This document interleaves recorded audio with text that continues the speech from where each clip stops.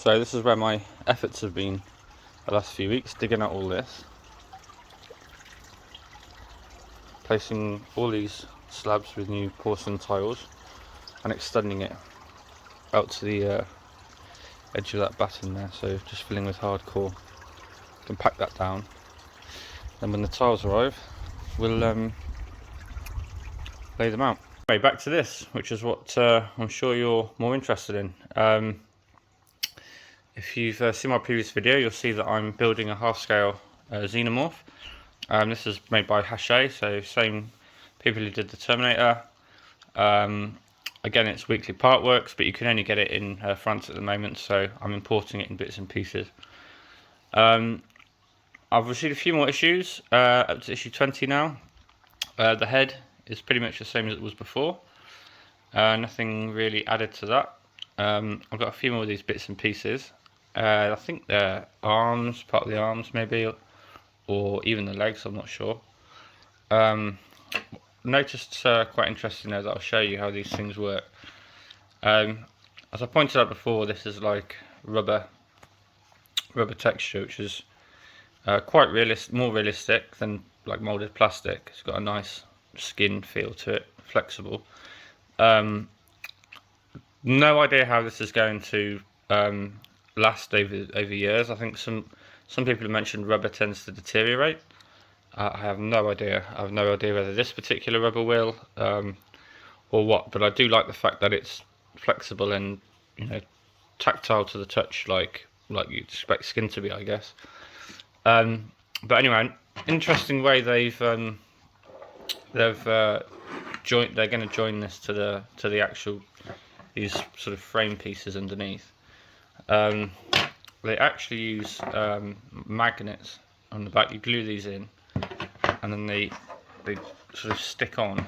So here's one frame piece, and you've got all the magnets in there, in the same place, and then it just sort of latches itself on in the right place. I guess that allows flexibility. So yeah, I thought that was interesting thing that I've never seen before on a part works. I don't know what this is. It looks like going to be some sort of part of a spine maybe, or I don't know. Looks like bone. This is metal actually, so there is metal in this model. This is also metal. So it looks like we've got a mix of plastic, sort of leather, rubber and metal. One thing that I wanted to mention last time actually was the screwdriver.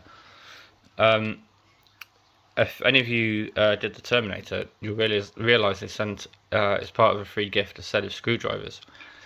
Now, as you all know, they're pretty useless. In fact, I couldn't use them for anything. I had to buy my own screwdrivers and just binned those ones. They've only sent one screwdriver with this kit, but it actually works for all the screws. I've only used this screwdriver.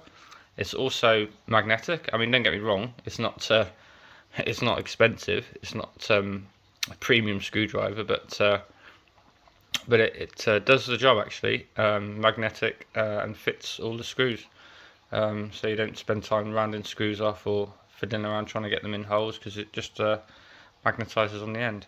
So that's something I thought I'd mention, something that actually does the job it's meant to.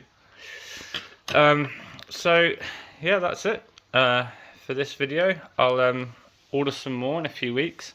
Won't be doing any modifications yet. Like I said before, I want to change this or add to this to make it more realistic at least. Just one quick thing to mention, if you are building this model, actually, in the I think it's one of the first issues you get this. It tells you to put it on.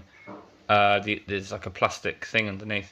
Now, the only way this will hold onto that plastic underlayer is glue. So of course I glued it on.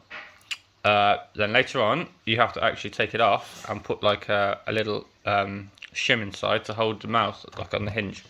So whatever you do, don't glue that to start with. I'm pretty sure in the instructions it doesn't actually tell you to glue anything, but you have to. I mean, there's no way these things will hold themselves on.